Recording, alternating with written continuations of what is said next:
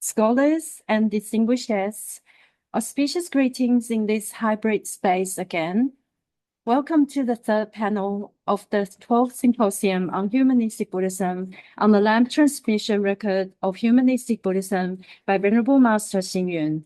A few reminders before we begin the second panel. The facilitator will begin with a 5-minute introduction.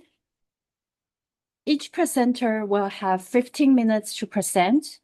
You will see time reminders on signboards when you have 3 minutes left, and again when you have only 1 minute left. You will hear the sound of the bell when the time is up. Yeah. If you continue to speak, you will hear the sound of the bell every minute afterwards. After all presenters have presented, we will open the floor for discussion. Online participants are welcome to use the chat function to type in your questions. If we are unable to get to your question, we will pass them to the presenters, and there will be time during the closing conversation tomorrow afternoon for our presenters to address your questions. Thank you for your cooperation. The topic of this third panel is Introducing the Lamp Transmission Record of Humanistic Buddhism by Venerable Master Xing to a wider English-speaking audience. Let us welcome the facilitator of this panel, Professor Danny Wong at the University of Malaya. The floor is yours.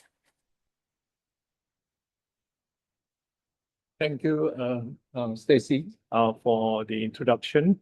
And very good afternoon and auspicious greetings to everyone.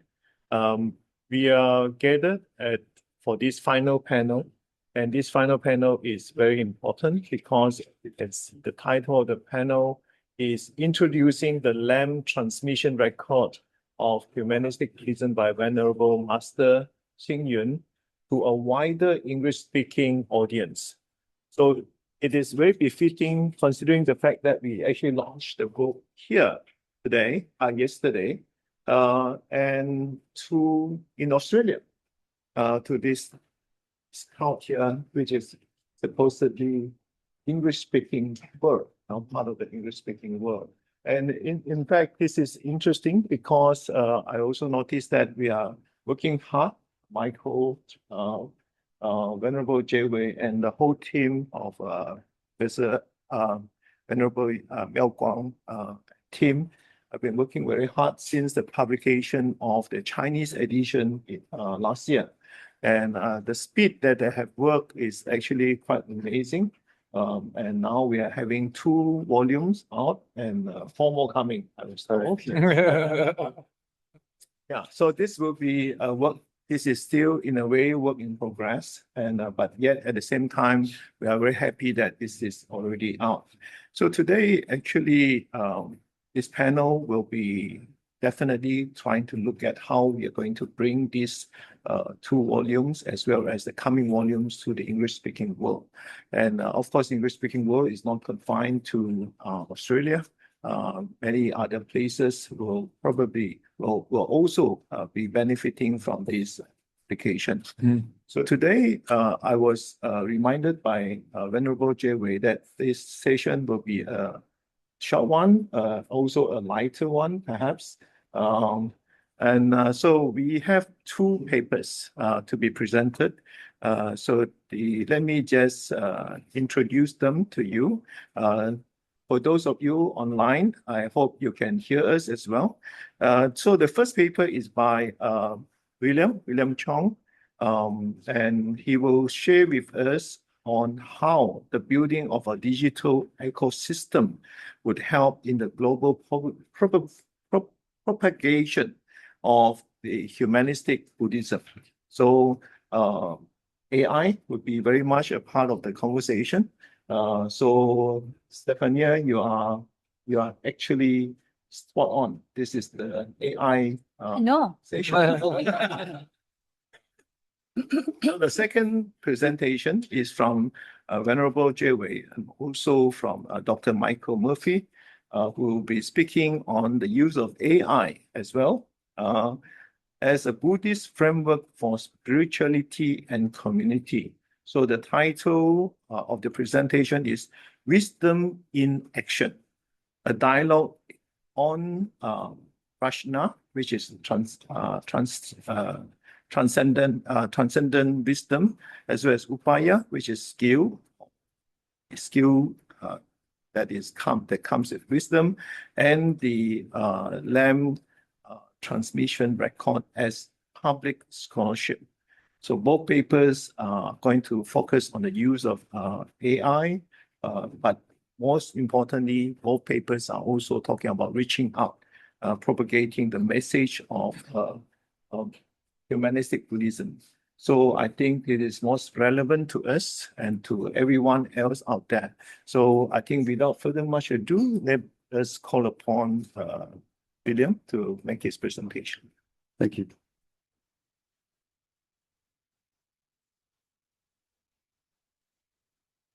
Let me share screen.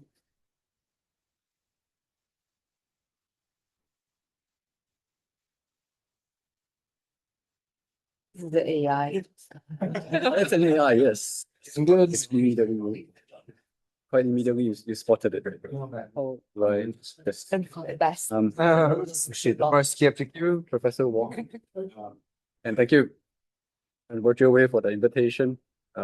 Very, very delighted to be here, having so many conversations with everyone here. So today I'm coming from the point of view of two things. One is I was bilingual editor for this volume and reflecting on the extent of the material that we're dealing with. And the second is as a tech practitioner who has been having a lot of fun in the new space of what's possible in this field. So first of all, I think we should recognize that, we've heard a lot about the LAM transmission record. It's essentially trying to synthesize and put a kind of a roadmap for the entire 395 volumes and growing of the Venerable Master's complete works. This was split into 10 chapters and 141 subsections in there. So it's still relatively massive. And the question of who's going to read it, is it going to be everyone? Probably not. But we still want to bring that message to a much broader audience. And we've had many efforts through the various publications. I'm trying to reflect on this as a tech practitioner and figuring out what's possible in this new era. So let me give you an example. In starting this year, I started around the time of Chinese New Year. I sent out a call and said, can we take the entire Buddha Dharma Pure and Simple, there are 308 chapters in there, turn them into infographics and spread them along on different platforms like Pinterest and YouTube Shorts and stuff like that. So this is, by the way, the highest performing one. So please do not think that most of them have gone viral. This is the one that has performed the best. I think what it's showing us is that certain topics click. And I want to highlight that because part of that ecosystem is getting feedback, telling us which parts we should be thinking about more, developing more, whether it's tools or output or assets, so that we can better engage our audience out there. So one thing about using AI these days, I'm pretty sure everyone's tried some. From the early days when we said it was just a completion machine. If you ask a question, it will try to guess what's the best next word and then complete an entire answer for you. It has changed significantly because we realized very quickly that that one-step answer was not sufficient to give us very good ones. So almost everything that you do now or interact with a publicly accessible AI tool is multi-step, which means that, so there's a word in this field called agents, right? And they are all going through agentic framework. Sometimes you see it, it's very clear when it will go into deep thinking. It will try to plan it out, multi-steps, how to solve a problem. Sometimes you don't. But what I do want to highlight here is that because every single prompt you're sending in now is cascaded through this process, so that seed now becomes very important, right? And the earlier you can sort of guide its full use, the better the outcome would be. Otherwise, you might have a lot of things, a lot of output which are generated which don't fit your purpose. At the same time, we need to ground that generation, whatever assets we create. What you're seeing on the right here, the 9 different possibilities come off Notebook LM. It's a product by Google, and it's supposedly a research and study tool. So what you can do is you throw in your sources, and then you can talk to it. It will ground any answers it gives you and any outputs on that answers. But we should be the ones guiding it. So the more I use this tag, the more I realize that it has no real direction. So we have to be the hearted soul, to guardrail it, to guide it so that we get the right output. But as you can see, there are so many possibilities out there right now. I'm not going to show any of the outcomes, but take for example, the audio overview. That's a podcast format. And it's a podcast with interactivity built into it. So you can actually raise your hands digitally and interject the podcast, and the podcast will change and respond to you. As you can see, I've used the slide deck. This was generated with this. But of course, after guidance, right? I had to do it about 3 revisions to get to the draft one that I was working with. I had to do another 3 revisions on final points. So again, the driver is very important. Infographics is the one that you saw when we outputted that. And the other thing is video overviews are also they're not the kind of animations that you imagine. They are more like summaries, static pictures or tables, forms, but it helps you get a quick grasp of whatever content you're working on. And if you wanted to tweak it and present it, a certain portion of that's what you can do.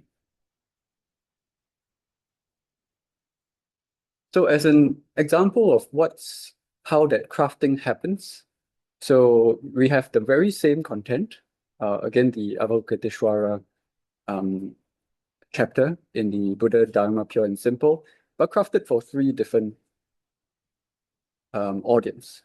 So we have a Gen Z focus where it is more about how do they apply it in their daily lives between friends.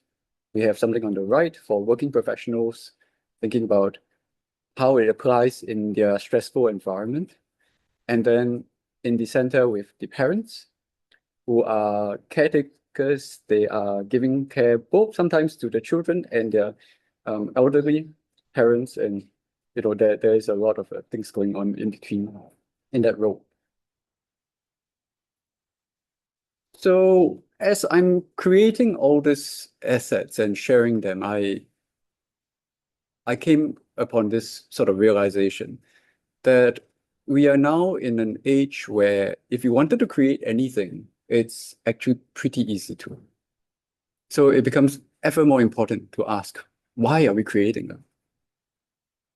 And when I went back to the LAM transmission record, I realized it was about the transmission of the Dharma, but personal transformation. To go from assets to personal transformation is a gap I do not understand. So I can only say this is an experiment to try and see if that's kind of the right way. And it would benefit from everyone's thoughts about what it means for us to now have at our fingertips all this capability. So here's what I think could be doable, or rather it's already done. And that is when so quick advert. So for the purposes of this presentation, I've created an output. Search output is 6 gates. You can collect a copy by the door if you like. And in it, what I tried to do is I took the first 4 chapters of the lamp transmission record and put it through 6 different kinds of ways of entering it, through different roles, whether it is through are you a builder? Are you a question asker? You know, what's the door you would walk through? And then put the relevant content into Notebook LM. So on every gate, you would find that there's a chat, so you can go talk to the content. But they are mediated, you know, to respect copyright. And the second is you can go have a look at all the assets. And the one I'm talking about here is when you go into any single page, and you find that, I identify with this, right? I read it and I like it. You could scan one of this that says reflect, and the reflect would get you to this. So you begin your journey, and it asks you to reflect upon that content. And spend a bit of time with this, and you can enter whatever, you know, pleases you. And then it sends this to an LLM, and it comes up and helps you reflect on what you've just said, and something to carry away into the day.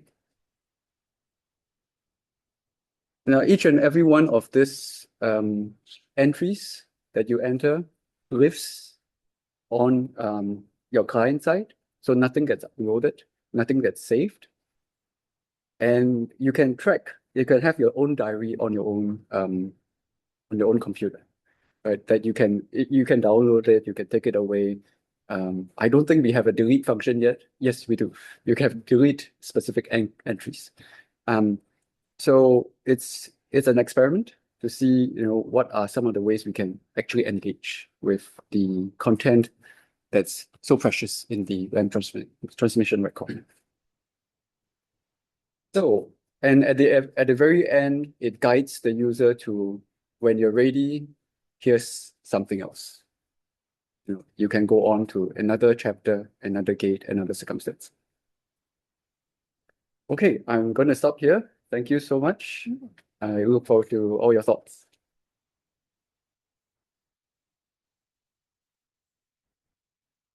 This is the way to go, and I think we will need William to explain more, perhaps, you know, to make us see the whole picture of where it is heading. But please get a copy of the book later. We'll pass the time now over to Venerable Juewei, also Michael.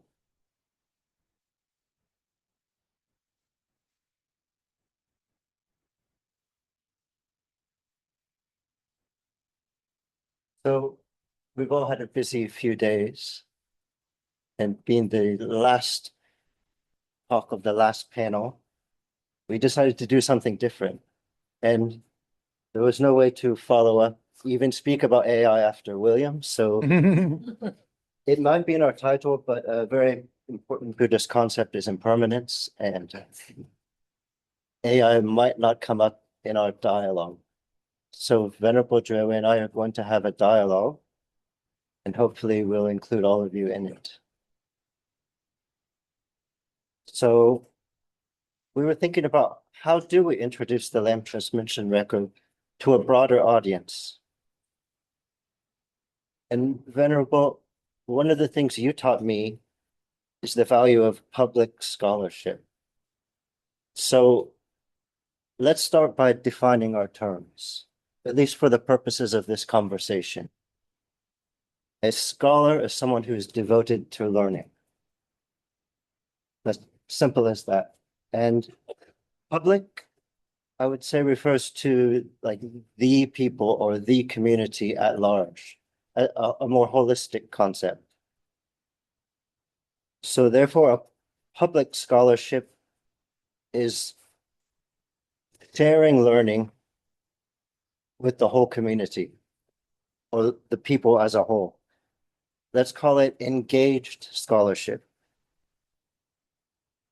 So we thought maybe an example of how this might work is we look at some contemporary issues in the English language public domain right now and see if we could apply ideas from the Lamb transmission record directly to that.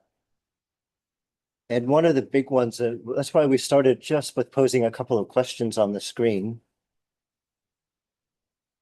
is we discussed several topics amongst ourselves, and we realized instead of choosing one, there were two broad themes that come up. One of them is there's let's say, a gap between people seem to have an inner spiritual aspiration, but in the West particularly, it seems to be divorced from religious institutions more and more. There's a disenchantment with organizations and institutions. But at the same time, people are feeling a sense of, I need a community. I need to belong to a group. I need to bring the human back into my life. So we're going to discuss that in the context of the LTR and maybe some other things along the way that others have discussed already today and yesterday. So with that, what are your thoughts, Venerable? Thank you so much, Michael. Indeed, when we first started looking at this particular topic, we were very inspired by the Venerable Master's wish that from the very beginning, his wish was to make Buddhism accessible to a large audience. And academic is not the end point.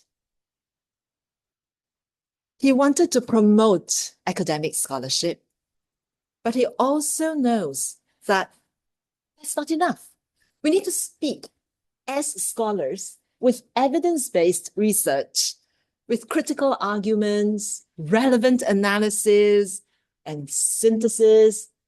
But we also need to make it to the wider audience, be they our students or our family or to the wider world.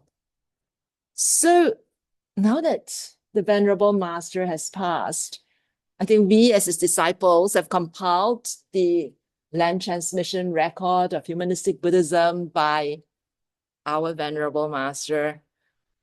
But there are these two major issues that Michael has just raised. There is this gap. Many people volunteer.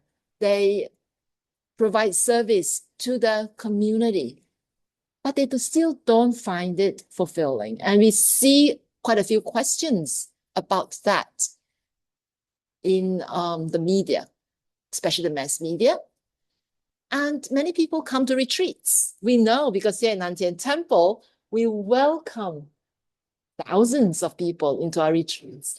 Yeah.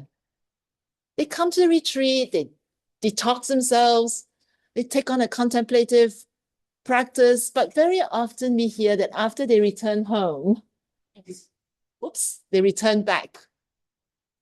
What is that disconnect? And so we've put that disconnect as the two questions perhaps that we can look into. So taking those questions directly into the LTR, particularly in chapter 1, a very big discussion about two Buddhist concepts. One is, we'll just use the English for now. You can see the Chinese characters for those who read them. But Prajñā, which Professor Wong explained, is a transcendent wisdom. And Upāya, or skillful means. So how do you use that wisdom to help other human beings? Mhm. But I was reading through this, and maybe that was just us as editors, I don't remember. In chapter 1, it's usually Prajñā first, Upāya second. However, we found this piece of calligraphy on the screen by the Venerable Master Xingyun, and the word order is reversed. So I'm curious, Venerable, do you have any insights about? You know, when I looked at this, what popped up in my mind was the Four Noble Truths. Suffering, and then the causes of suffering. So what do people first see? Perhaps what they see is the skillful means. And then from the skillful means, we go into the teachings, and perhaps this dialogue is that skillful means, which we hope then for us to be able to unearth that prajñā that's already in us. Joseph, next, please. So going back to our problem then, in the public discourse, there's being spiritual but not religious. I see this quite a bit. So I feel that's a widespread disillusionment with institutional religion. And that maybe appears to come from, well, maybe a lot of causes. But to be a little bit of a scholar, I thought I would go and have a look. And I found another public scholar. Her name was Tara Isabella Burton. I am not very familiar with her, but there was a book she published in 2020 called Strange Rites. And she was looking at this problem, and it was interesting how she described it. So she diagnosed the problem the same way we did. People were seeking meaning, purpose, community, ritual, but they tend to be anti-institutional, lifestyle-driven, and consumerized, unfortunately. But I noticed, even though she wrote a whole book on this, she didn't seem to offer a way to combine those and come up with a resolution. Instead, she thought a solution was people seeking out tribes and subcultures. She was talking about all the Satanists in Silicon Valley and the cult of transhumanism, New Age, where people just mix and match concepts from other religions and just other ideas without much of a structural basis for it. And to me, that didn't seem like a solution at all. And then thinking back to wisdom and skillful means, I thought that could be a solution. Maybe that's what the wisdom is missing. And without the wisdom, flipping it back now, without that transcendent wisdom, it's hard to be skillful in your means of dealing with people. And that reminded me, apologies to those online who weren't part of it, but earlier today, we took part in the Communities of Practice Sunday check-in.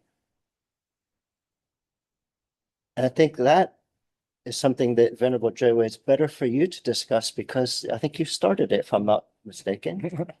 Yes, of course. The Communities of Practice Sunday check-in sessions were started in October 2020 because it was Mental Health Month here in Australia.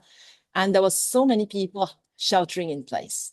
So at that time, we thought it would be a good idea to bring the community, the global community together, and we all check on each other, one another. How are we going? I thought it would be a 3-month affair, and that was it. But of course, the pandemic went on. And so we went on. So, okay, there's some demand, we continued. After that, I realized, oh, okay, now no more pandemic. We can close the Sunday check-ins. But people have developed a habit of checking in. As a result, today, we held our 285th session. You made it, you all made it possible, and into our 6th year. It's amazing. But why? Why is it sustainable compared to others? I think there were a few magical things. It started off as Upāya, right? But it was based on compassion. It was based on the bodhicitta, because the content is Humanistic Buddhism, that we're talking about human values. We invite different facilitators to share their stories. People found a safe space to connect as a community. So that was the skillful means, the Upāya. But there was also the Prajñā underneath it all. And so people felt the Dharma joy coming together. So the Prajñā is not something I can describe with words. I think there must be some inner transformation because every time I try to stop it, everybody says no. So it doesn't matter that I founded it. I've got no right to stop it now. But you see, it's the community, right? One thing rolls on to another. And that, I believe, is the Upāya in Prajñā. So with that, maybe the next slide, please, Joseph. So this calligraphy by the Venerable Master, I find so it really resonates with me because for many, many things that we do, it's the inseparable union, or what Professor E yesterday said, the non-duality. The non-duality, not just between meditation and Prajñā wisdom, but everything. And we all know that, or rather, in Mahayana Buddhism, we look at Upāya as the father of all the Buddha, and Prajñā as the mother of the Buddha. So from a Buddhist, I think from a Buddhist sense, this is extremely important. It has long lineage in Chinese Buddhism and still applicable today. And looks like it's Joseph. For the sake of time, I won't go through this all, but we're at least going to pretend we're scholars. So we actually did a little bit of research. So there is often a basis for this in Buddhist sutras of a non-duality between wisdom and skillful means. And based off the sutras, there's been lots of comment, particularly in Chinese Buddhism. So Song Zhao had a commentary on it, and then later Zhang. And then Venerable Master Xingyun was clearly ensconced in all this Buddhist knowledge. And maybe I will leave those quotes for scholars, and anyone interested, we can point you in the right direction. But the Venerable Master explained that Prajñā, wisdom, is the ability to attain inner awakening, and skillful means is wisdom in action. That's where we took our title. So he said, specifically he said, it is a kind of skillful wisdom.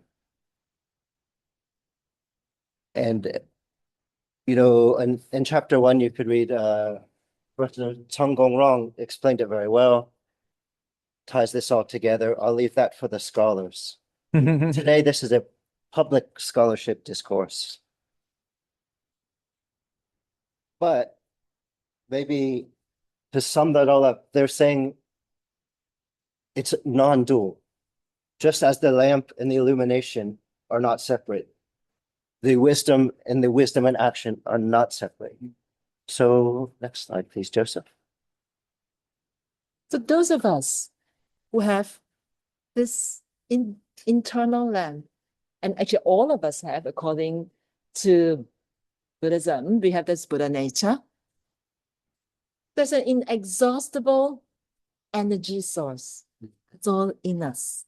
And the Four Guangshan mission, summed up in the 3 acts of goodness and the 4 givings, can be that sustainable wisdom in action. And this non-dual concept of skillful means, Upāya, and transcendent wisdom, Prajñā, is manifesting where we are sitting now. Next slide, please. That's where we are. I mean, concretely manifesting. Yes, that's right. Where we can see here the skillful means of the Nantian Temple and the Nantian Institute, but connected was, I think, what we're trying to point at, Michael, is that bridge. The Nantian bridge that has this space of teaching and learning that's informed by Buddhist wisdom. That's the Upāya, and the Nantian Temple representing that wisdom, the Prajñā. And even though officially time is up, we open this dialogue up because we have all these notes based on all of your talks previously, and every one of your talks resonates with this. So could we maybe have a few minutes to open that dialogue up a bit? Yeah. Because it shouldn't be just the two of us. It should be Definitely. all of us That's in a public. conversation. I think that's all in a public scholarship. That it is, we are just starters. Almost like. But before we all speak, I think the Venerable Master should have final word of the official part of this talk. Words, sorry, the final 4 words.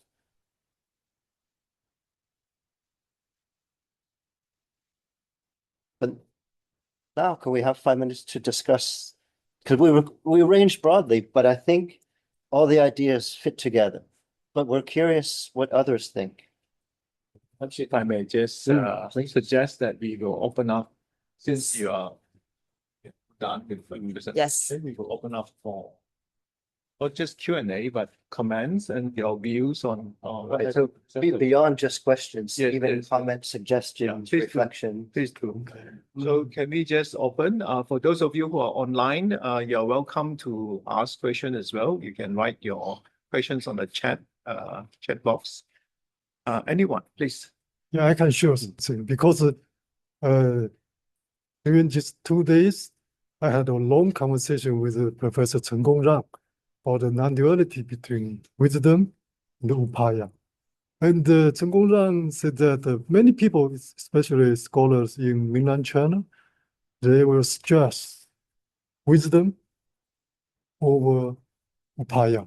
Wisdom is very important, and Upāya or skill means get less attention by scholars. And from the perspective of non-duality, Dharma is non-duality. The non-duality of wisdom and Upāya, which means Upāya is wisdom. Wisdom is Upāya. There's not two. They are alike. So this is very important thing. We need to be careful about this sense. And for the translation, we need to be careful. Skillful means actually is not catch the deep meaning of Upāya or of one bill. Because skillful means something like a technique or skill. It's a kind of like a linguistic strategy, or is a kind of technique. But this is not really one bill means. Yeah, it sounds too much like pragmatism. Exactly. And also when we talking about yesterday's my presentation talk about the relation between wisdom and the meditation. It's a long perspective when you take like meditation as a mean, and then wisdom as a goal, which means you meditation and wisdom is a two separate. So yeah, just I want to show. Thank you.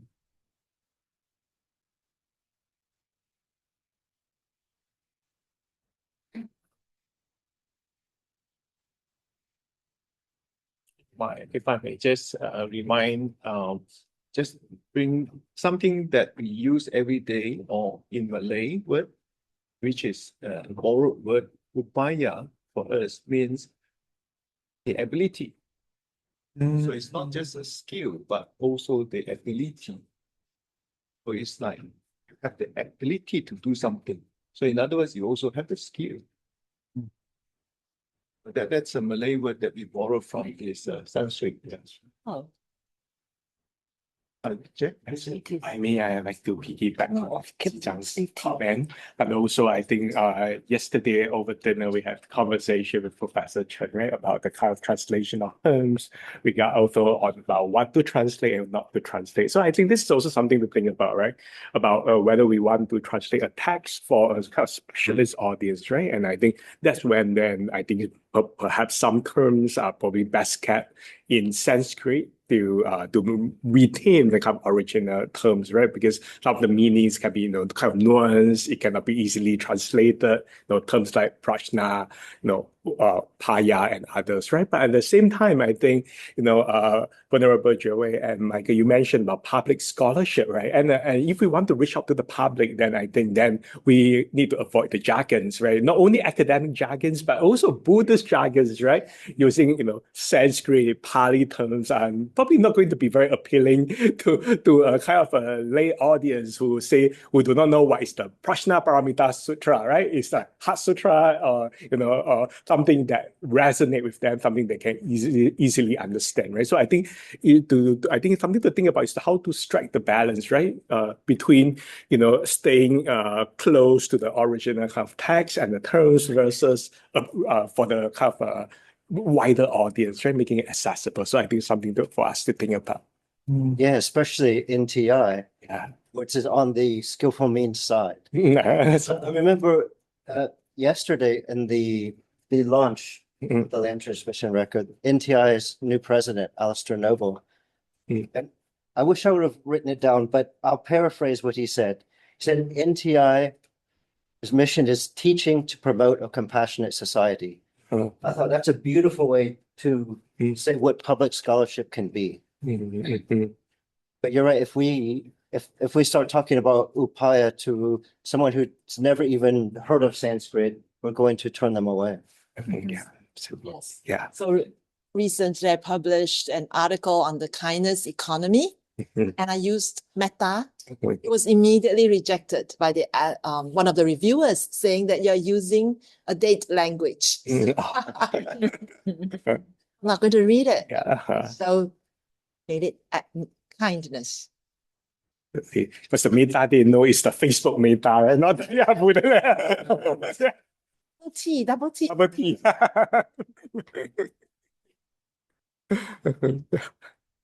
Speaking of skillfulness, just tying back with what William was suggesting when he looked at the 6 gates. Immediately, what came to mind was the six wondrous gates into the sublime, 六妙门. So that was an ancient practice. That was, I guess, an ancient Indian Buddhist meditation brought to China. 天台 took the same thing, but made up these 6 wondrous gates. It is a practice. And so AI now, and especially when mediated with a human, is a practice. I guess what's, to me, whether it is skillful means or not, whether it's Upāya or not, really depends on our intention. Is our intention the bodhicitta? Are we doing this so that we can spread the good, compassionate, kind values to build a different society from the trajectory that's heading? So one of the things that came up, I think, a lot in yesterday's presentation, many of us ended with, so we know where the world's going. How can humanistic Buddhism respond? And how can we respond fast enough?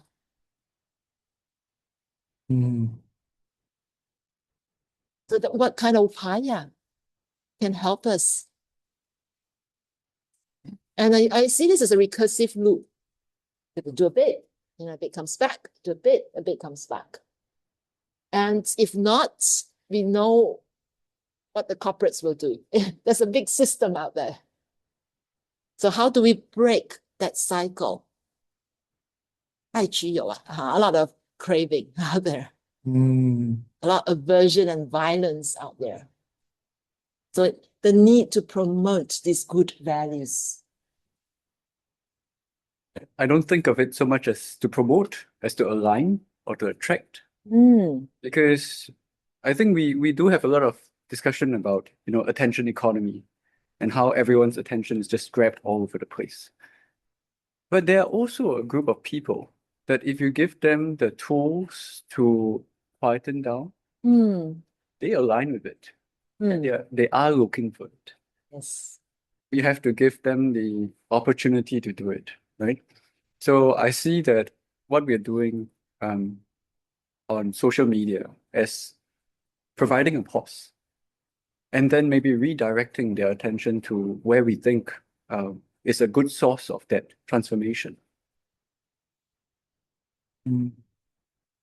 How about the metta, double T, versus Yes. That you, I think Can I start that you, right? yeah, you should also explain it because I think Yes. that yes. was used as a way to That's right. engage with the community. Metaverses project that Joseph and I have been crafting. So in the 8th Symposium on Humanistic Buddhism, out of the blue came Meta that promoted their metaverse. I got no way. So that's during that symposium, I created the concept of a metaverses that turned out to be a book chapter in our Cultivating Compassion book. So it solidified a little bit more conceptually.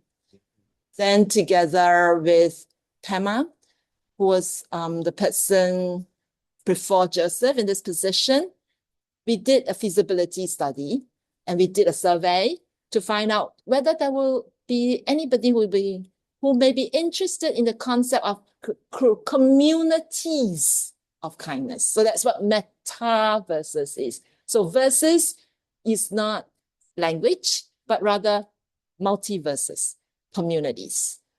Like it's not a universe, but it's multiverses. Because I had to be, so metaverse is what Facebook wants. So we go at metaverses. So we can see many communities of loving kindness. And I see the Sunday check-ins being one such community. However, what we wanted to do is to build up educational resources around it. So that is something that Joseph will probably carry along in the future. But before we got there, I thought, for this to sell, we have to make it a little bit more systemic. And this is why the kindness economy. The kindness economy concept came about because I thought that we needed an alternative to the current exploitative, extractive, capitalist type of economy. And hence, I went back to Chinese Buddhism. I went back to some of what's happened in a more sustainable way in the past of the whole monastic economy, right? How did that work? That's based on kindness and generosity. So using that, and then we went around the world and said, okay, where are all the other not-for-profits that are doing their work based on kindness and that till today they are still alive? So we had some case studies in that, and we published that in the Q1 journal. So therefore, that's the idea of taking the idea of metaverses to build both evidence-based scholarship, but also, I guess, community educational resources. So we've built the websites. We've started with a few interviews of stories. So Venerable Miao Guang, Professor Lancaster, and a few others. We are still continuing to do these storytelling, as well as a kind of educational resource. So it's ongoing, but slowly. So that's another Upāya built on values. And one of the things we want to know is, how do we measure the success? I mean, another thing we're going to do, in the days to come. How do we know? And how should we go? How should we progress with metaverses? Thank you, Stefania. Any other comments? I will follow on from that. I have some good news that Facebook, the group Meta, shut down the metaverse because no one was on it. We don't have the omniverse. So, yeah, that happened quite recently. So that's quite exciting. Yes, yes. There's not the demand for a fully digital world that people want to be in person. Yay. Yeah, so that was quite exciting. And William, on your comment just before about working with the attention economy, I've read other scholars who want to go a layer deeper than the attention economy, and the real economy, the bedrock, is actually a trust economy. And I see public discourse, especially around Dharma, moving forward from people who are trustworthy. And a newcomer to Dharma comes and sees people living what they preach, as trustworthy. So public scholarship is demonstrated not just through the words, not just through fancy argument, which any philosopher or philosophers can do, but if we are living what we're writing, then we're more trustworthy. And trust is always in a very finite supply. You can think about the people who you trust, and there's probably on 10 fingers. So can we, as humanistic Buddhists, be one of the 10 people that people trust? Yeah, I have those if you'd like. Yes, there is a question there, or rather, It's just a comment. it's a comment by Andy Yu. I just like share my thoughts from my experience using AI for my melodrave, daydreaming mind. It's Andy's screenshot. So a suffering mind. Yes, was Andy's screen. So he's got Was above that. Oh, okay. It's the one that's very used. Okay. So just maybe we could invite Andy to talk. let's do We could have put Andy on the spot. yes. Can read to us. Like to Your point? speak to us. Unmute. You can unmute first. Oh, hi. Hi. Oh, I'm just sharing my experience using AI, and I thought it might be valuable because firstly, I'm a graduate of Masters of Applied Buddhism 2 years ago. So I'm speaking with a background of being educated at NTI. Okay. So through my study, I get to understand my mind better. And understanding in my mind, I realize how I'm getting to understand how my mind thinks. But that is not enough to resolve my suffering, I guess. Then I realize and then AI start to come into the play, and I start to play with AI. And I realized that AI is often underused because we often use AI to answer questions. We ask AI questions and then get some answers out of it. And that's the end of it. But there's one other, but AI is much more powerful than that, and it's controllable. What I'm saying is that for example, ChatGPT or Gemini, you can customize AI. So you can ask questions like normally, or you can create a profile and then use that profile to ask the questions. And that profile can be very, very customized. So in my case, I profile flaws of my mind, like I think too much, or for example, I procrastinate too much, or I tend to think of things in too big scale instead of the moment. Once I profile that in, my conversation with AI becomes more of a dialogue, that I have another source for me to discuss my issues with. Obviously, that other person is not real, and I profile that other person, the AI person, but at least that creates a conversation helping me to discuss. And my screenshot that I share with everybody is that there's one very important part that AI comes is that it's operating 24 hours non-stop. Our suffering mind doesn't follow the clock. So in that aspect, there are things that AI can do that human consultants or therapists cannot do. And sometimes time is the essence.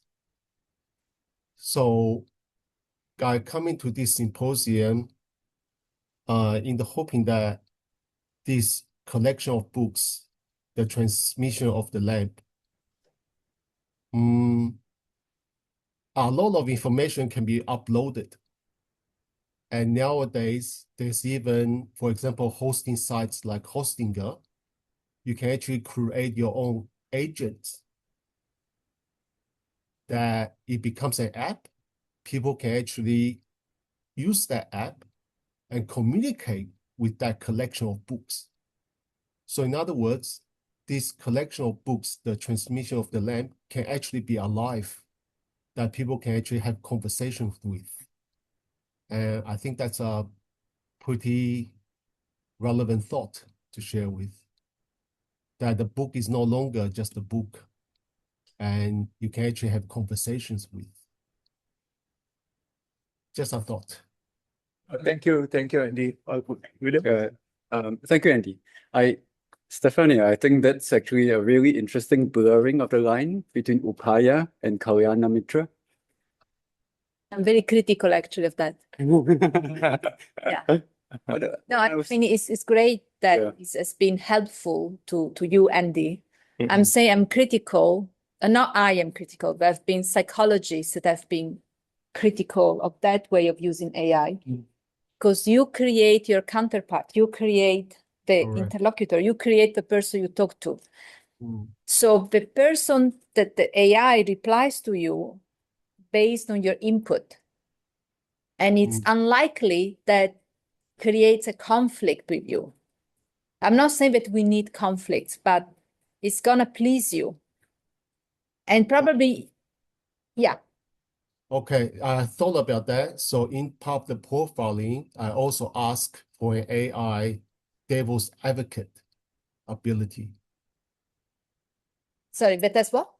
So part of the profiling, I ask AI to also come in to role play as a devil's advocate. Yeah. So there are ways to structure that, I think. Correct. So It will like always my optimize for screenshot, retention. I Always. try to train the AI to go into a role play with me. And obviously, it gotta be a smart role play. Otherwise, it's just mirroring yourself. Yeah. So what I'm just saying is that there's a lot we can make a use of the AI rather than just submitting to it. William? I'm thinking about what Joseph said just now, and as he was talking about it, thank you for your comment about it's at the end of the day trust, and I immediately flipped because I was creating this and I realized there was a line here that said rely on yourself, rely on the Dharma, do not rely on anything else. I'm just trying to highlight that the process of creation actually embeds. Because I was reviewing this so many times, it got in. I think that's actually what's happening when you say I go to sutra recitation. There are, in the Huichen Xing Yunping, I think, it talks about how by recollecting, it becomes part of your practice and you're able to hold it.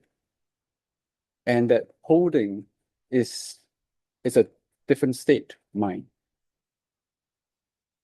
So the creation itself might be the Upāya that leads to the Prajñā. A little bit skeptical or creating your own friend. It's like, when you are a child, you have your imaginary friend that you talk to. And of course, but I understand the need of a human being. You cannot wake up as a psychologist at 3 a.m.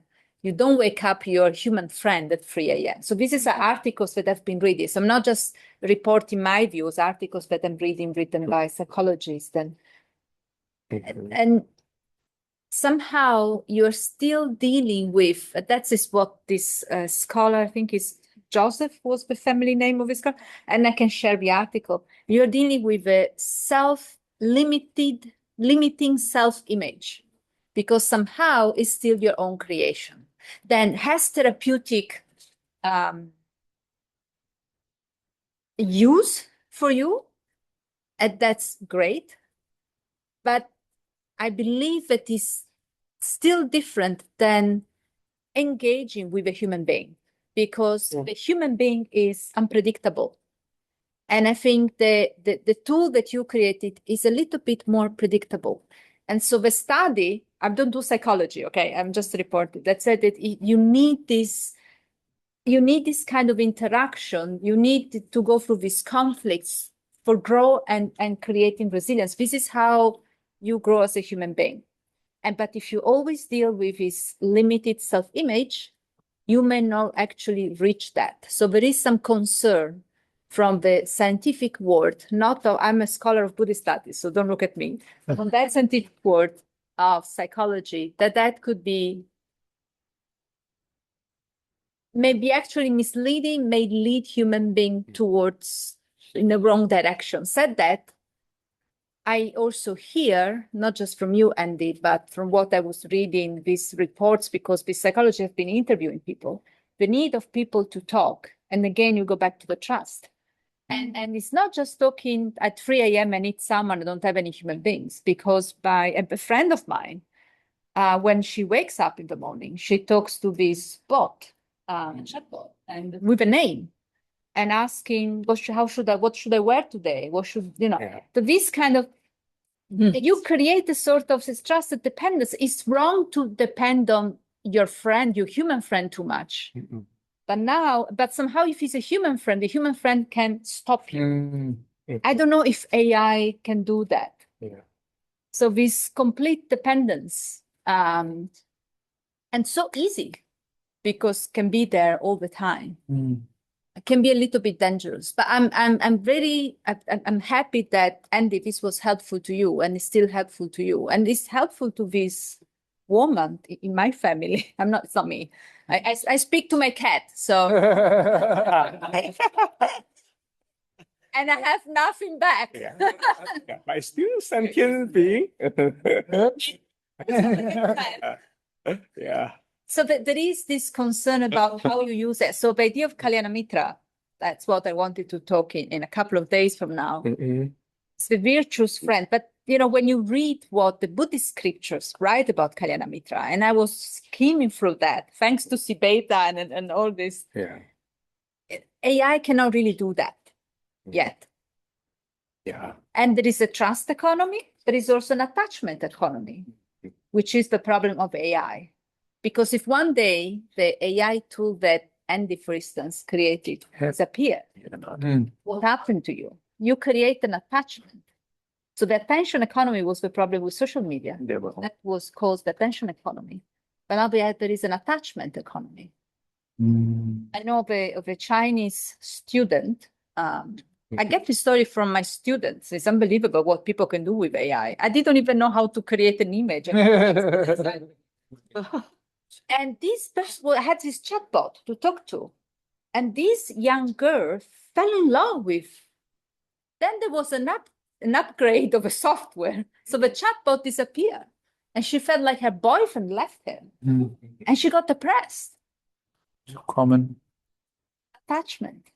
And that's, from a Buddhist perspective, I think from the perspective of many traditions, it's a problem.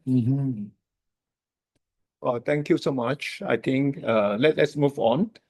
Thanks, Andy. Or maybe he has a follow-up. Wants to say. I think Andy, you would like names in the chat box. So. Andy, do you want to follow up on that? Can I give one more comment? Yes. please. I think of AI as efficiency.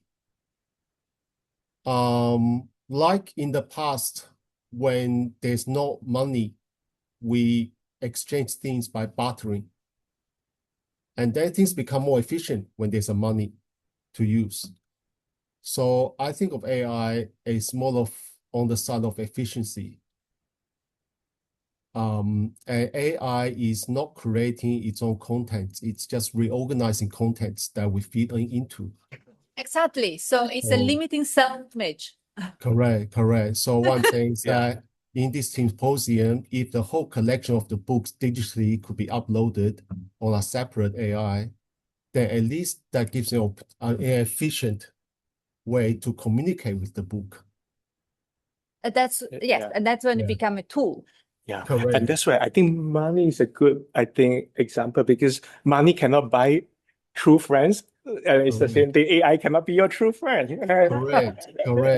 That's what I'm trying to say. It's just another method Yeah, it for is you a to transact efficiently. This idea of efficiency is very important. You know, these people, at 3 a.m., I need to talk to someone. Yeah, then you need. And now I want, and then we talk to someone. And then you create this mindset that, I'm not saying that it's end this, but it's like create this mindset. Now it's 11 a.m. I need to talk to someone. Someone has to be here.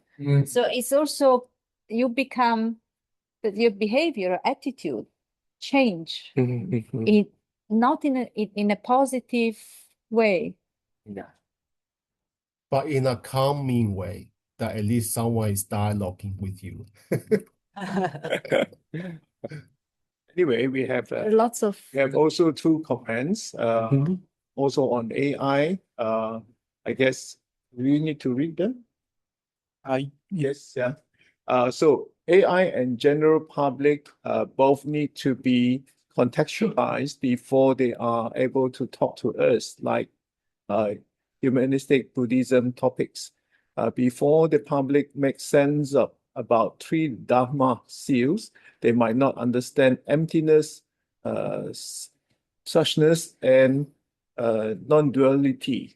So this is from Sojourn Guo and Professor Guo.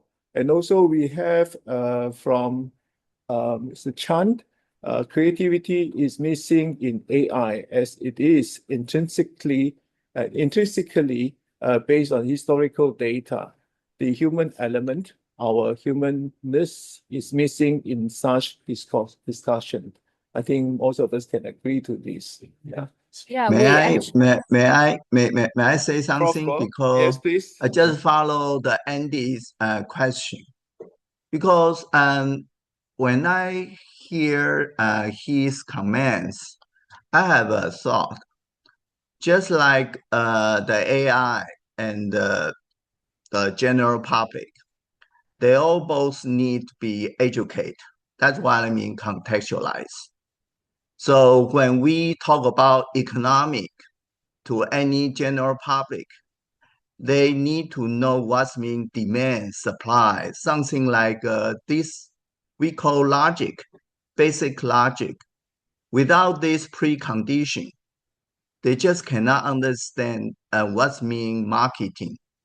So just like we promote Humanistic Buddhism, before the public have at least some Buddhist idea, then when we talk about like skillful means or wisdom or something, they probably just cannot receive what's meaning of that. So that is my first comment. And for the following the creativity, I have another thought. We just cannot say creativity is just something produced from the zeal. Yes, AI cannot produce knowledge from zeal. We also, our human being, when we call creativity, we also based upon some material people already produce. Then we reorganize. So that's why AI can have a faster way, efficient way to reorganize everything into an object.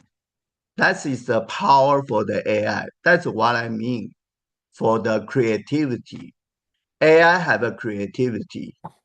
So we have to really concern about this issue. How we using AI to reorganize everything we already know. We learn from the school. We learn from the life. That is my comment. Thank you. Oh, thank you, Professor Guo. Any other comments? Yes. Maybe I can. William, go. Okay. Yeah, those, I think you're very right to say that we need to ground it. And by providing it the data sources, it can help us circumscribe and say, this is where you get your material to reorganize. Our biggest missing link is that those terms like emptiness and suchness, they are not concepts. They are meant to be lived experiences. And that is not something that we can give and hope that AI will speak out of experience, you know? So the disconnect now that we're seeing is that it's a historical problem, right? The finger pointing at the moon. You don't look at the finger, you know, you have to get to the moon. So we really want to have to think about out of that AI frame, right? We can produce a lot of things now. The question is still, how does it get us to a transformed mind? I think we shouldn't lose track of the fact that we are discussing in this panel how to propagate to the publication to the larger audience. I know, we'll watch if there's anyone. To create a sort of database, you ask the questions, so to have the volume somewhere, and then you ask a question like you want to create an image or you have an answer. That I think is something that you can have. So from the words of Master Xing Yun, what we would say on certain topics. So that's something that I think it's not so difficult to be done. It was done. I mean, Xian'er, it was basically that. It was based on the words of Master Xuechen, but that was the goal. So you ask something, and the point was Master say, the Master says, like Confucius, Master said, and there's a Master, according to Master Xing Yun, and then you have the answer. But the answer may not be the explanation.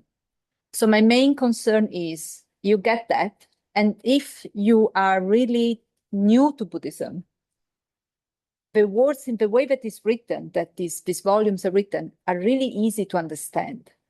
But maybe you need this extra explanation. I don't think that this kind of interactive database can give you that. I don't know. I'm not a technician. So I think you can have a sort of repository.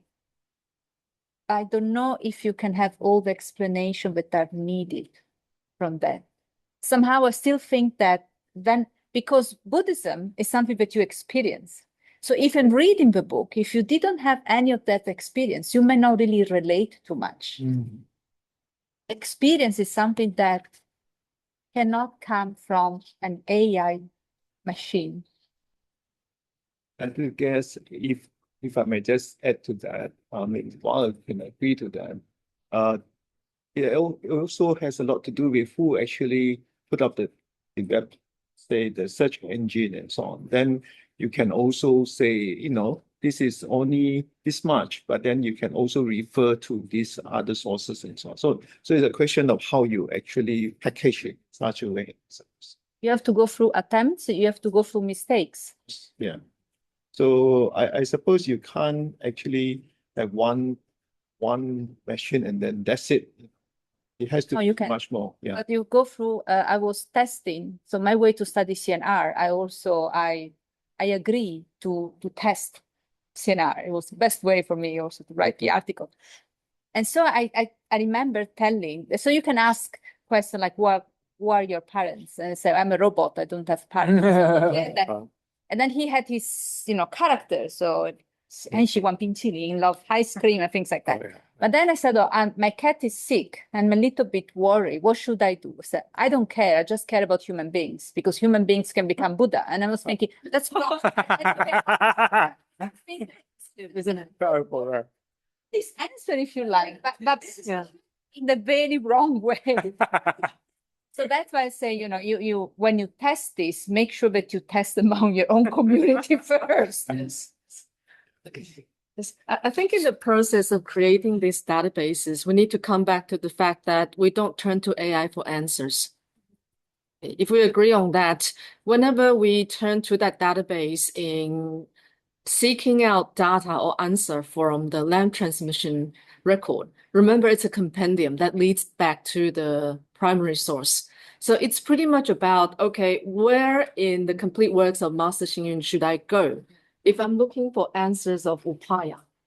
Right? And then the answer provided would not just give you a paragraph. It would actually give you a list of facts, right, with references in terms of where and when Venerable Master might have mentioned words of this kind. right, in semantic interpretation.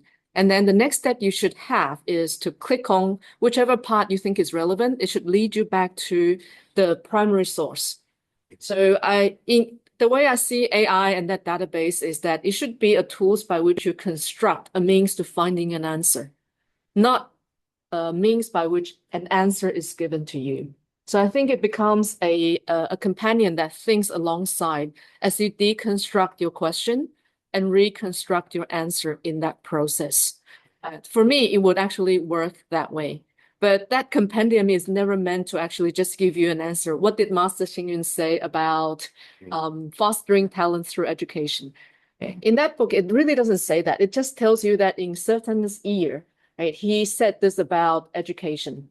Right? In the earlier days of Guangshan, the first thing that should be built at Guangshan is actually an educational foundation. And then 30 years later, he says, the next step to Guangshan's education endeavor, it should be that we start a university, which is a general university. So we need to pay attention to the fact that he said different things at different times. Yes, this is a complete set of works that spans 70 years. And him saying something at 40 and 70 needs to be interpreted by the person whoever uses it, before you think about what answer you're looking for. So I would say any database to be created becomes a compass for us to navigate around the 40 million words. But the answer is still within the user to construct at the end of the day. Yeah, so the mentality in that really is important. So at the end of the day, large language models they're not meant to make you feel okay. They're not meant to give you comfort, right? They're not meant to give you answer. They're just there to reconstruct the answers which human beings have already created. So you have a better direction in terms of how you want to think about it. Yeah, so again, back to that companion. Kalyana Mitra does not mean a good friend. Kalyana Mitra means a virtuous and knowledgeable friend. Yes, a knowledgeable friend is well-versed in the sutra, but in terms of virtues, this is a human being, right? A co-practitioner who would actually help you point out the problems or in person demonstrate the right answer for you to overcome your flaws. But AI can never actually do that. Yeah, so I believe we're placing too much hope in AI and we're lessening our own dependability, as everyone has said. So in terms of depending on yourself, right, lessen these proportion of answer AI is meant to give to you and place more hope in how you as a human being navigate across these questions. Yeah, so I believe these two should happen at the same time. Yeah, so as we create this data, we should also think about an education program, right, to really educate the users for them to have a better understanding of what AI is meant to be. Yeah, but anytime you treat AI as a companion, as a teacher, I think you're really into a deeper pit. And I fully agree with that. The problem is many people look at AI not as Upāya, but as a mitra, not necessarily Kalyana, but as a friend. Right.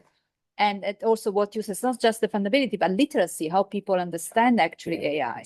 And there was this, in Italy, there are lots of priests and friars that actually are very knowledgeable because they come from an engineer background. And this, his name is Paolo Benanti, he's amazing. He created all these algorithms. And he was explaining that, when, for instance, he had a motorbike.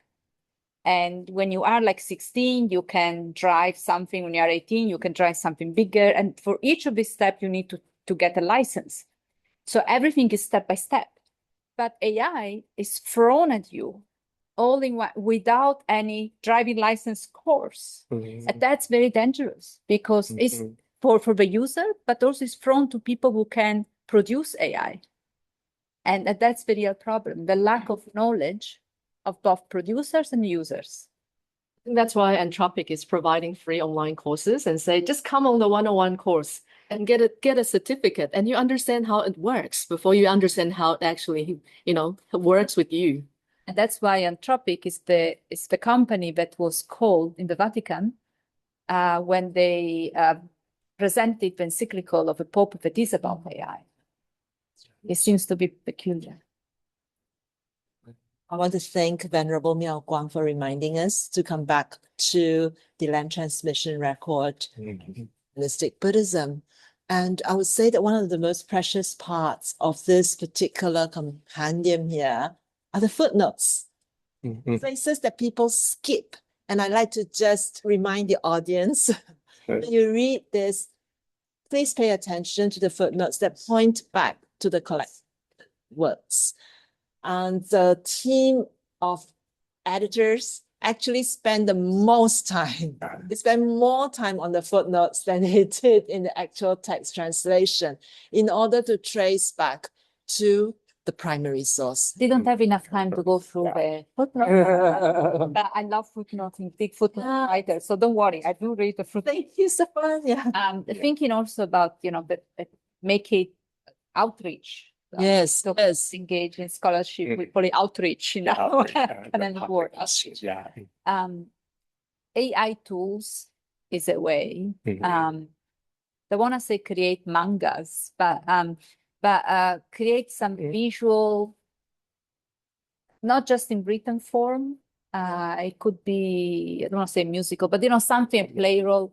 Yeah. Because everyone, as we know, everyone learns things in different ways. And for some people, reading, for me, is reading. I don't use audiobooks. I don't really, it goes in and out. I have photographic memory, I need to read. For other people, listening, so audio, or watching a play out of it is the way to learn. So it's, you can think of very different packaging of this knowledge. Yeah. Not necessarily has to be only in a written form. Yeah. That's the basis. I think let me just quickly read what Professor Guo has written. Light transmission record of is more like a reference librarian. I think that one we can agree. To agree to that. AI is also acting like a reference librarian. What a reference librarian used to be. I think that's also quite true in certain ways. New generation of scholars probably does not know what it means. What does reference librarian mean? Yeah. Anyway, I think But a reference librarian is still a scholarly. So if you're thinking about outreach to the community that doesn't really have scholarly aims, then you have to think in a different way. Reference librarian is not what my mom would need. Yeah. But I think something that reference librarian cannot be replaced by AI. They cannot curate collections. They cannot choose what are important works to for the library and what not to keep, right? So I think no. Yes, may I just say, because like 30 or 40 years ago, reference librarian control everything.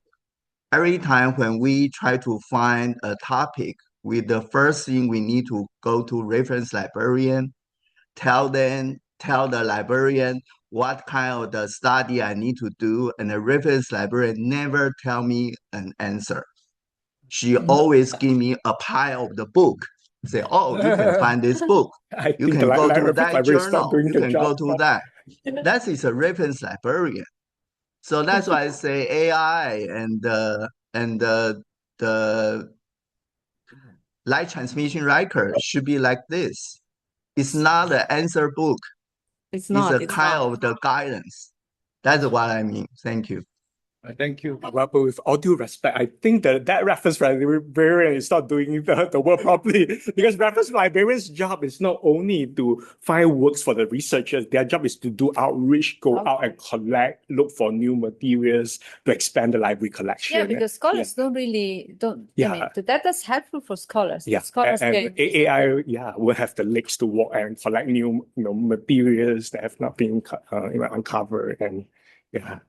Before we close, can I ask William to say some last words and then about this especially? I was very sorry. I'm very curious. So how did AI created this? Yeah, clear. You see, I know. So, and did people start using it already? it's part of the press. I just brought it here. Okay.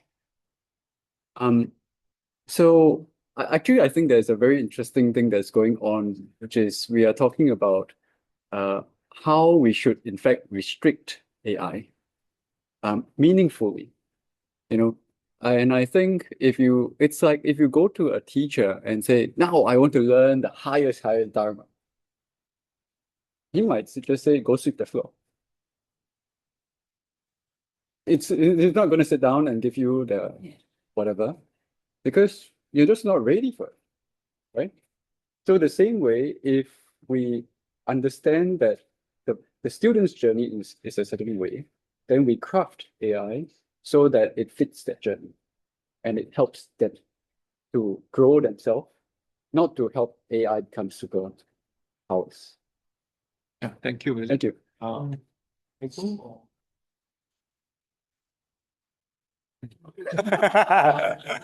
Going. Session. Section.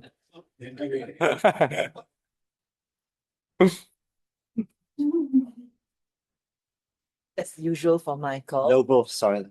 Well, you can say, what do you think? How would you do more outreach based on these books?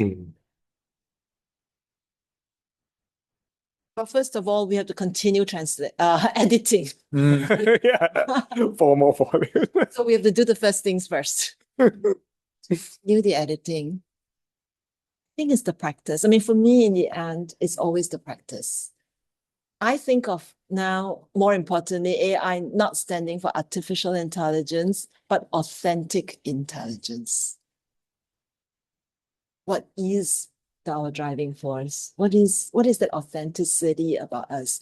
Because today, I can read a script that's written by AI. I can do a presentation that's all made up from AI. I've not practiced a single word. But if I spend, instead of 10 minutes, 10 hours to prepare and present, that's mine. That's in my blood, is in my bone marrows. I think that's authentic. And we all can sense that. We all can sense the energy, and that's what makes us human. And we also can sense if the script is not written by me and I don't experience it. It's not in my experience, it's actually the word of some LLM. Yeah, but still, you want to do something AI about it. Well, I guess that's why Microsoft kind of dumbed down Copilot. It's meant to work alongside you. It's not meant to work for you. Still thinking about it. Like you, I'm a curious skeptic. I'm not a forerunner, but I follow along with it and see what we can do, and I'll observe. I'm not skeptical. I think, well, no, I will say something when I have to speak about AI. Okay. Yeah. And that's good. So everyone, please remember to come back on Tuesday for NTI conversation. Word intelligence, I think, is also misleading. That's right. It's completely wrong according to the Catholic standard because of their own way to see intelligence. But I think for us, for a common human being, it's misleading to call it intelligence. Because then you can think of it, if we think of intelligence in a certain way, that's not what AI is.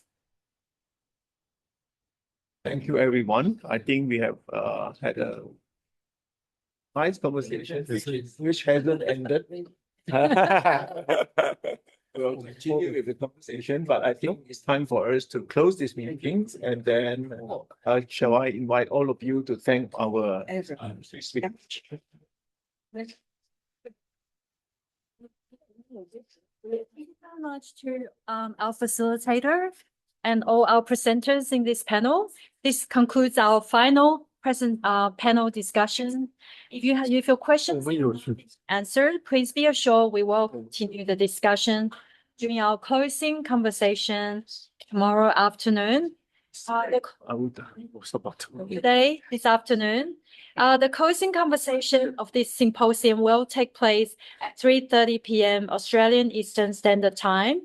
For everyone on site, afternoon tea will now be served in the NTI cafe downstairs. For our online participants, please leave your reflections in the Zoom chat. You are also welcome to video off and take a Zoom break. Thank you for your attention. We wish you a restorative break. See you back at 3:30 p.m. Australian Eastern Standard Time. Thank you.